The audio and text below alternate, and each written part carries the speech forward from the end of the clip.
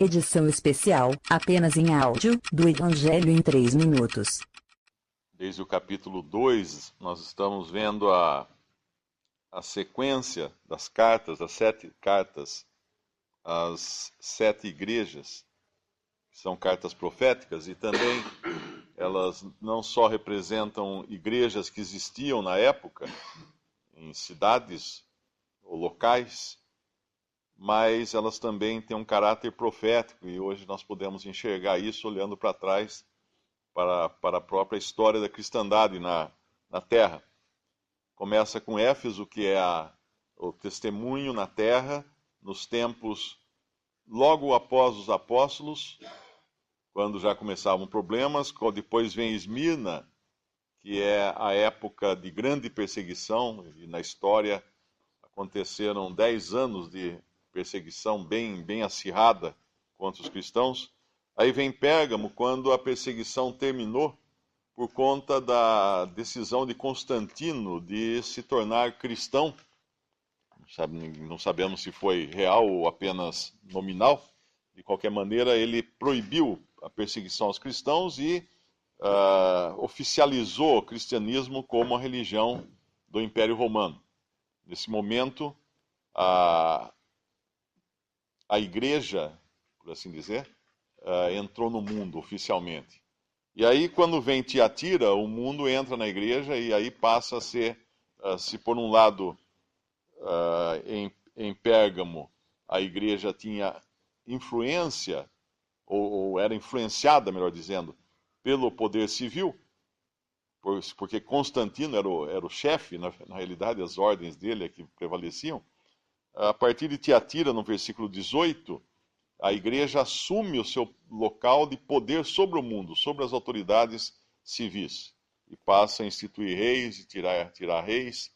E nós vemos também, nesse período, o começo do que hoje a gente conhece como catolicismo romano. E agora, no capítulo 3, um outro aspecto, agora nessa outra carta, que é a igreja de Sardo. E Sardo representa um outro período, como nós já vimos nas outras reuniões. A partir de Tiatira, já começa o Senhor citar a sua vinda, mostrando que ele voltaria. Ele, nesse período, quando ele voltasse, existiriam essas formas de cristianismo na Terra. Tiatira representando o catolicismo romano, e Sardo, ou Sardes, depende da tradução, representando a reforma protestante. O protestantismo que saiu praticamente do catolicismo. Ele fala tem um versículo, ele fala dos seus filhos ou das suas filhas. Eu não me lembro se é no final do capítulo 2, 2:23. E ferirei de morte a seus filhos, e todas as igrejas saberão que eu sou aquele que sonda os rins e os corações. A grande meretriz, ela acaba tendo ramificações e forma toda uma ordem de coisas no final, que vai aparecer mais para frente no livro do Apocalipse. Mas aqui, o protestantismo, ele é uma derivada do catolicismo. Ninguém inventou nada novo. Deus trouxe à tona verdades que estavam escondidas, em especial a justificação pela fé, e deu então a certos homens essas verdades, trouxe à tona essas verdades, e aí nós tivemos o benefício, porque foi um grande benefício no testemunho cristão, de entendermos a justificação pela fé, algo que estava escondido durante séculos por tantas doutrinas erradas e superstições e tanta coisa do catolicismo romano. Mas mesmo dentro do protestantismo, nós vamos ver que ele, no versículo 3, ele fala agora, no capítulo 3, versículo 3, para a igreja de Sardo: lembra-te do que tens recebido e ouvido, e guarda-o, e arrepende-te. Ou seja, Deus tinha, sim, restaurado verdades importantes no período do protestantismo. E a exortação para que eles guardassem isso. Ou seja, não bastava saber isso, eles precisavam colocar isso em prática. E nós vemos pela história que não foi assim. Na realidade, aquele mesmo furor inicial, né, aquela mesma boa vontade inicial dos reformadores, logo se transformou na mesma coisa do catolicismo romano, porque o catolicismo romano tinha aquele domínio sobre as nações, sobre os reis, sobre a política, adicionado de muita superstição, de muitas doutrinas erradas, do papado e tanta coisa. Mas o protestantismo não fugiu à regra. Embora ele não tenha trazido consigo tantas superstições, ele trouxe também a mesma ideia de que o cristianismo deveria prevalecer no mundo, inclusive sobre as nações e sobre os incrédulos. Por isso que a gente vê essa doutrina da expansão do cristianismo politicamente no mundo. Isso sempre foi pregado pelos reformadores na Europa, também principalmente pelo Império da Inglaterra, a Grã-Bretanha, com a sua doutrina expansionista de dominar o mundo, ao ponto de ter uma época quando a Grã-Bretanha, e é hoje ainda, né, porque nós sabemos que muitos países fazem parte do Commonwealth, que eles chamam da grande estrutura que tem a rainha da Inglaterra como seu símbolo máximo, ainda que não interferindo nos governos. Mas quem pega um dinheiro no Canadá vai encontrar a foto da rainha da Inglaterra. Quem pega um dinheiro na Nova Zelândia, que é do outro lado do mundo, na Austrália, vai encontrar a foto ou selo, né, da rainha da Inglaterra. Então era o império, né, o império onde o sol nunca se põe, porque eles conseguiram se expandir por todo o mundo. Índia, agora não é mais Índia, mas a Índia já foi parte do Império Britânico. E isso tudo levando também, obviamente, o protestantismo para essas regiões. Porém, caindo no mesmo erro do catolicismo. Teve revelações novas, não novas, mas restauradas, e foi isso uma renovação, porém virou uma coisa política. E é isso que nós vemos hoje. A mesma ideia de prevalecer no mundo politicamente sobre reis e tudo mais. Então o Senhor começa essa carta a Sardo dizendo que ele tem os 7 Espíritos de Deus. Ou seja, quem controla tudo ainda é ele, não são os homens. Esses mesmos 7 Espíritos aparecem no capítulo 1, diante do trono de Deus, capítulo 1 de Apocalipse, versículo 4. João, às 7 igrejas que estão na Ásia, graça e paz seja convosco da parte daquele que é, que era e que há de vir, e da dos 7 Espíritos que estão diante do trono de Deus, diante do seu trono, e da parte de Jesus Cristo, que é a fiel testemunha, o primogênito dos mortos e o príncipe dos reis da terra. Então esses 7 Espíritos nos fala de poder completo, controle completo sobre todas as coisas. Isso só Deus pode ter. E ele tem, efetivamente ele tem. E as 7 estrelas, que fala também no nosso capítulo 3 de Apocalipse, versículo 1, nós sabemos que as estrelas no Antigo Testamento, no livro de Gênesis, elas tinham sido dadas como luzeiros no céu, como maneira de guiar os homens. As estrelas e o sol e a lua, o sol representando Cristo, a lua representando a luz derivada do sol, que pode ser também uma figura da igreja, o testemunho na terra, e as estrelas como fonte de luz à noite, que também são uma forma de guiar. Até hoje, navios, aviões e até espaçonaves são guiadas pelas estrelas, se guiam pelas estrelas. Para se localizarem, elas precisam das estrelas. E aqui ele mostra que é não só apenas os 7 Espíritos de Deus, ou seja, o controle de todas as coisas, mas as 7 igrejas. o lugar, a origem de luz em meio às trevas. Outra coisa que ele fala aqui é: eu sei as tuas obras, no versículo 1, que tens nome de que vives e estás morto. Nome nos fala de reputação. O protestantismo, ele realmente, teve o testemunho no mundo daqueles que restauraram o cristianismo, e até hoje é assim.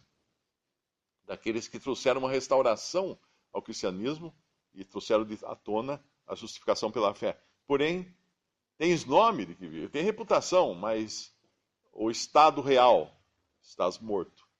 Isso é muito solene. O versículo 2 nos fala também uma coisa importante que nós sempre temos que levar em consideração. Ele sempre fala nessas cartas de que em cada situação aqui existe um remanescente. Existem aqueles que não acataram tudo, existem aqueles que não se envolveram completamente.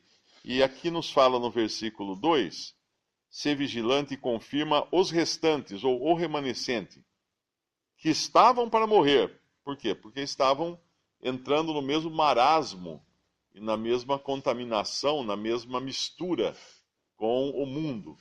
Estavam para morrer, porque não achei as tuas obras perfeitas diante de Deus. Então, realmente esse período da história da igreja, que continua também paralelamente agora a Tiatira, a Filadélfia e juntando tudo em Laodiceia, é algo que trouxe sim boas obras, mas não perfeitas. Não achei as tuas obras perfeitas diante de Deus.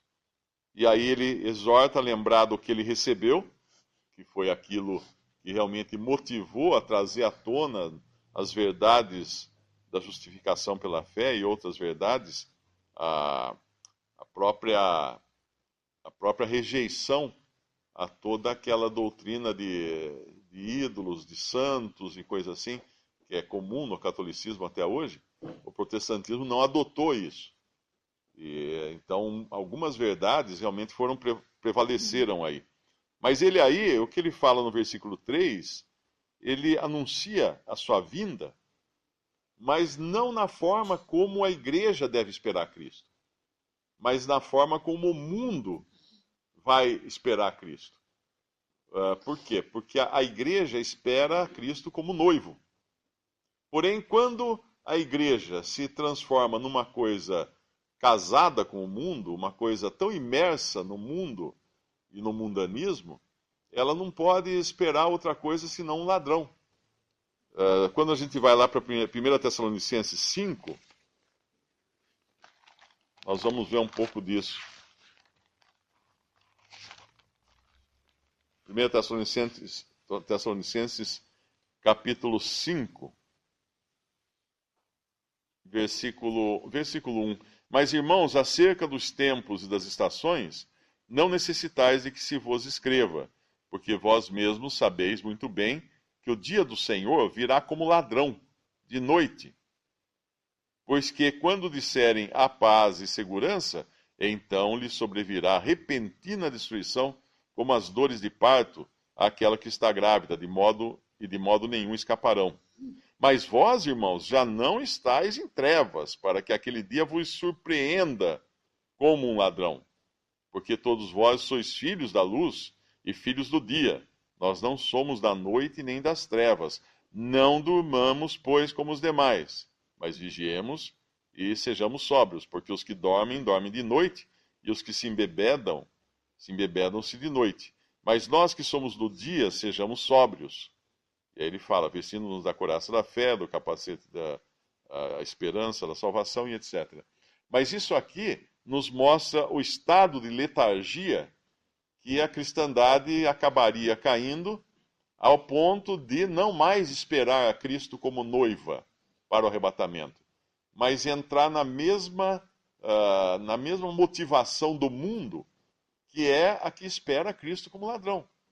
O que significa isso? Um ladrão, quando entra numa casa, ele entra à noite para assaltar, e ele entra escondido e causa uma surpresa muito grande nos moradores. Quando as pessoas acordam e vêem um ladrão dentro de casa, eles tomam um susto.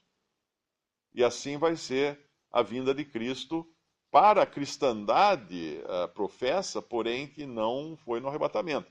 Vai ser um susto. Vai ser uma coisa que eles não estavam esperando. Eles ouviram falar e tal, mas não estavam esperando. Realmente não aguardavam a vinda dele. E aqui ele dá essa exortação. Vós, irmãos, em 1 Tessalonicenses 5,4, já não estáis em trevas, para que aquele dia vos surpreenda como um ladrão. Então, nesse sentido aqui de Apocalipse 3, que ele está falando, se não vigiares, virei sobre ti como um ladrão, e não saberás a que hora sobre ti virei. Ou seja, a falta de comunhão com Deus e com Cristo, e a comunhão com o mundo, o excesso de comunhão com o mundo, causa essa letargia da cristandade que não espera mais a vinda de Cristo. Por isso, para aqueles que o virem voltar quando ele vier, não para buscar a sua igreja, mas depois, será realmente a vinda como se fosse um ladrão. Porque ele virá para roubar da cristandade tudo aquilo que as pessoas confiavam. Um cristão, quando um cristão não tem vontade de ir para o céu, a gente pode até pensar, como é que é um cristão que tem vontade de ir para o céu? A pessoa está tão apegada que essa vida, tem tanta coisa que ele gosta aqui, que ele não quer, não, senhor, volta, mas não volta já, que eu tenho tanta coisa para terminar, tanta coisa para fazer, eu ainda tenho planos, tenho que acabar a faculdade, eu tenho que ser promovido no emprego. A pergunta é, ele está realmente esperando a Cristo? Ou ele está determinando que ele quer viver mais um pouco no mundo? Uma vez eu viajei a trabalho, quando eu trabalhava num banco, e eu na viagem tinha que me encontrar um advogado do banco, e viajamos juntos, ficamos no mesmo quarto de hotel, e o grande problema é que logo eu descobri que o rapaz era testemunho de Jeová. E nós passamos uma semana juntos, então imagina ficar no mesmo quarto do hotel com um testemunho de Jeová e um falando aqui, outro falando ali. E no final ele chegou para mim e falou assim: olha, Mário, tudo que você falou, eu até entendo que realmente é muito bom e etc, etc, tem fundamento, se mostrou na Bíblia e tal, mas eu posso ser sincero com você? Eu não quero isso. Eu gosto de ser testemunho de Jeová porque eu gosto desse mundo. Eu não quero sair desse mundo.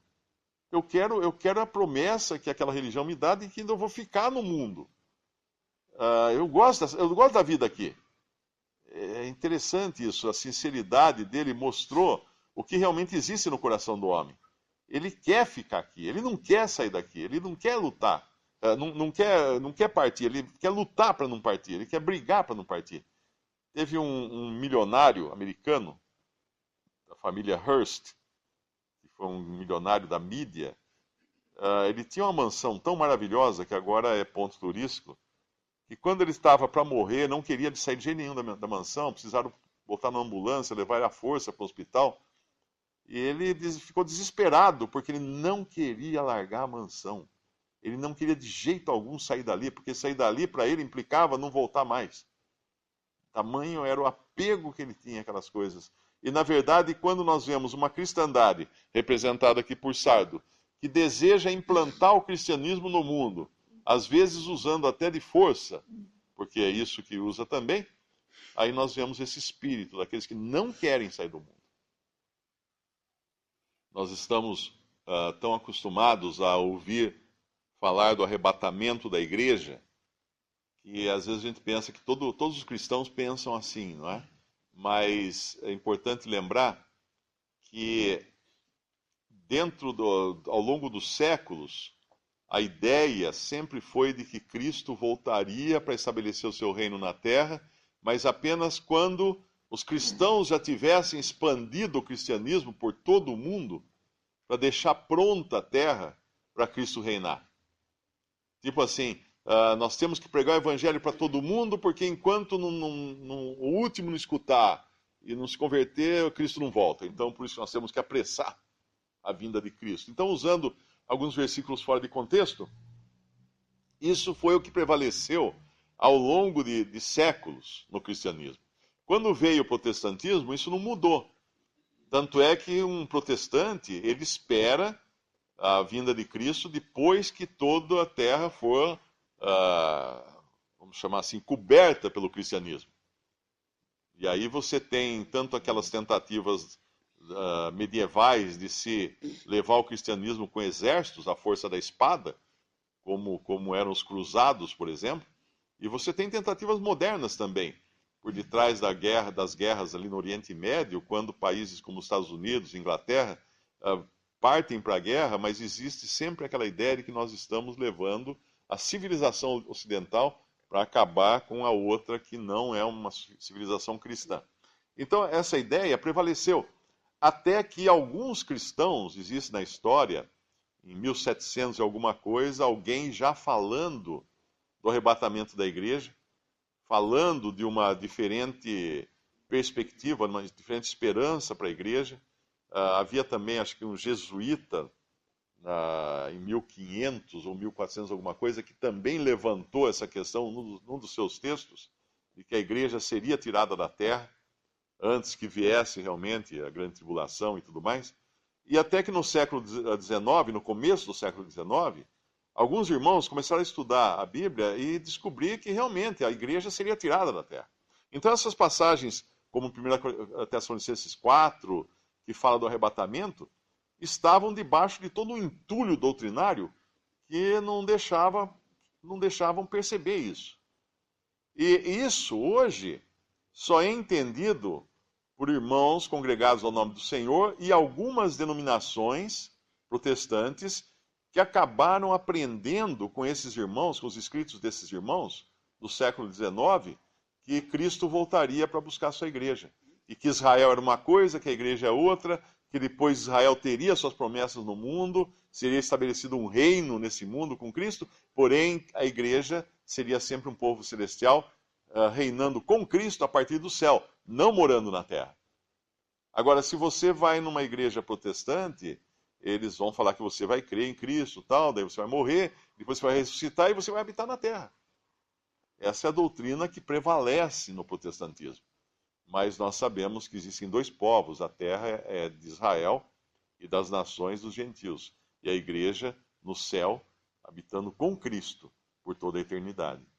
Então essa visão aqui de Sardos, ela prevalece até hoje, e obviamente dentro de Sardo nós vemos que tem alguns que não se misturaram, que a partir do capítulo 4 agora, ele vai falar das pessoas que não contaminaram os seus vestidos, e comigo andarão de branco, porque são dignas disso. Existe uma expressão aqui no versículo 5 que causa muita dúvida nas pessoas, que é ao que vencer será vestido de vestes brancas, e de maneira nenhuma arriscarei o seu nome do livro da vida, e confessarei o seu nome diante de meu Pai e diante dos seus anjos. Aí muitos trazem essa passagem para falar da possibilidade de um crente em Cristo perder a salvação, ter o seu nome riscado do livro da vida. Porque aqui está dizendo que se a pessoa for assim, seu nome não será riscado do livro da vida.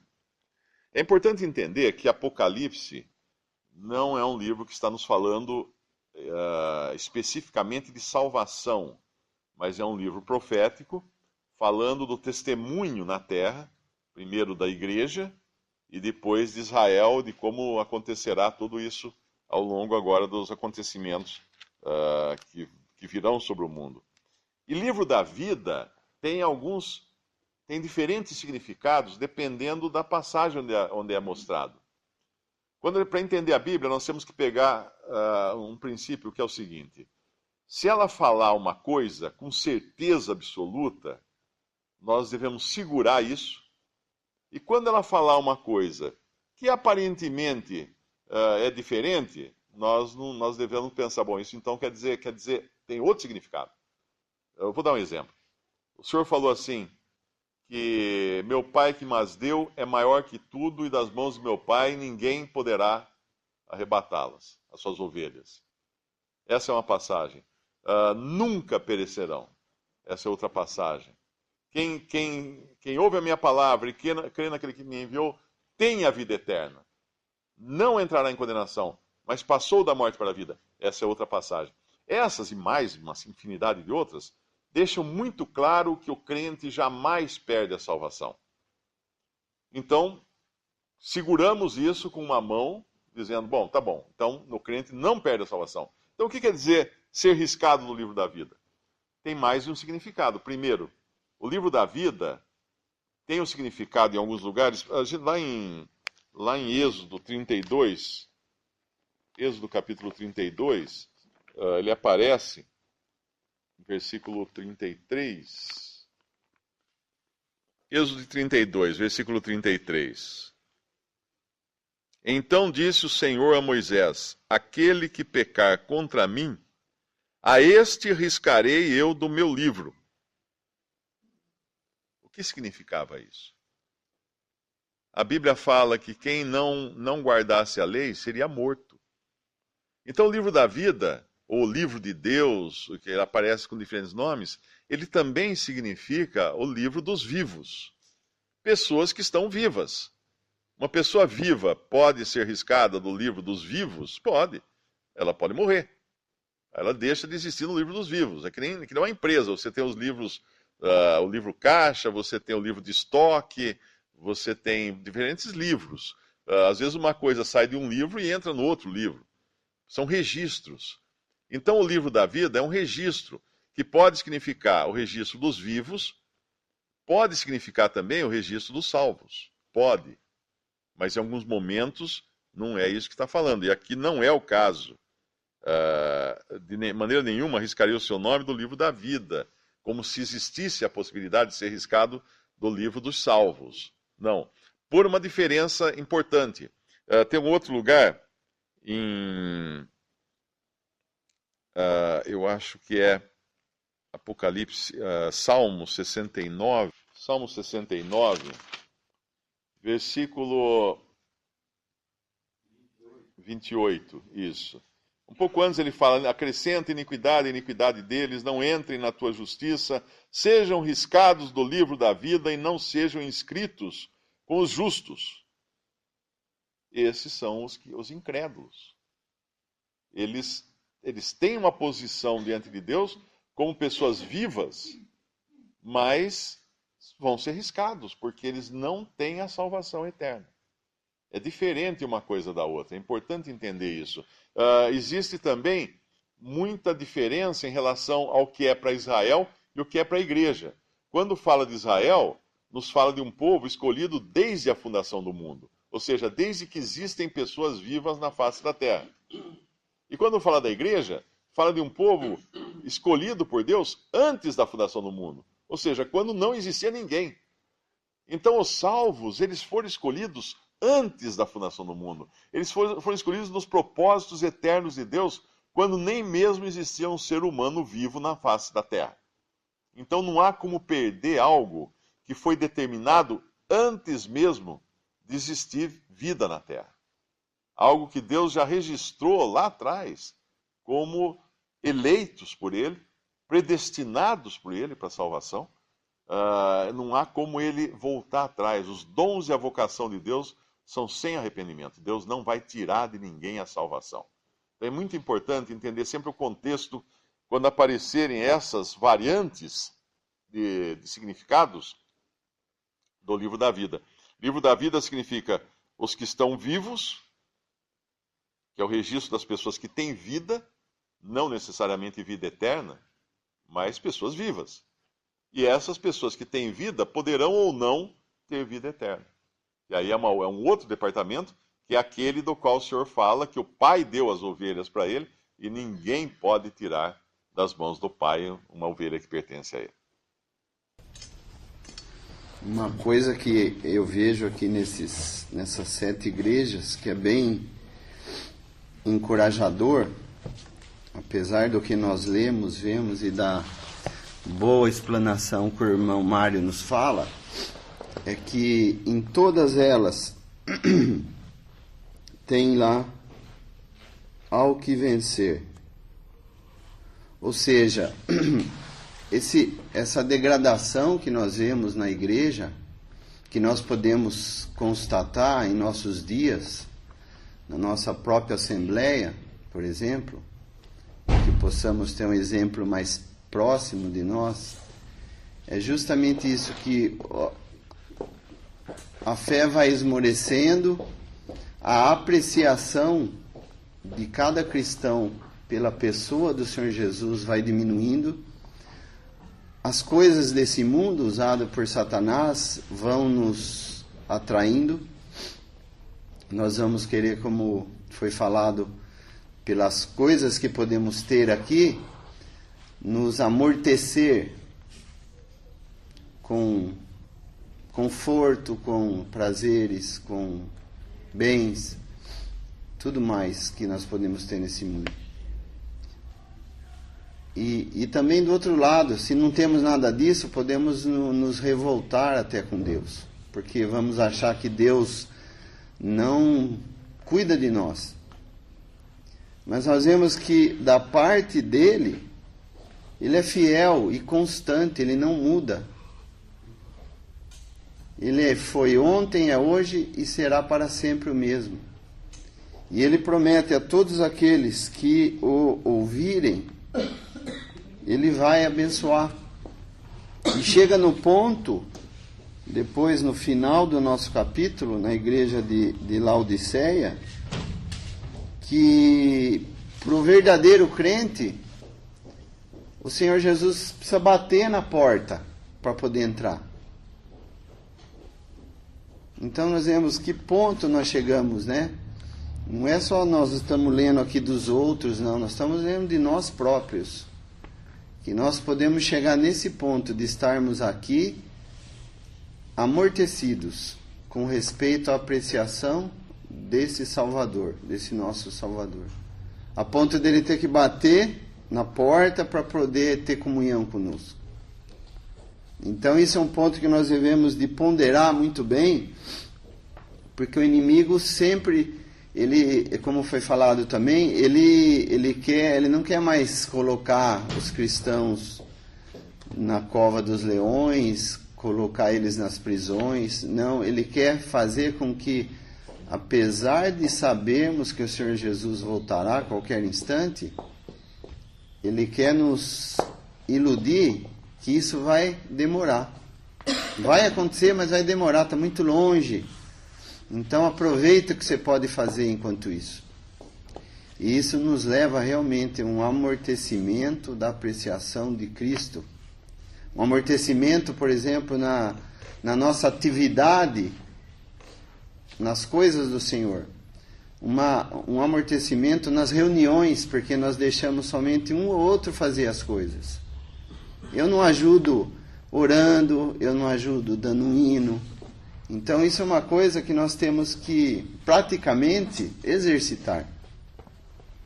Porque o Senhor Jesus não quer, ele está aqui no nosso meio, como nós sabemos, e ele não quer ouvir só um ou outro falar.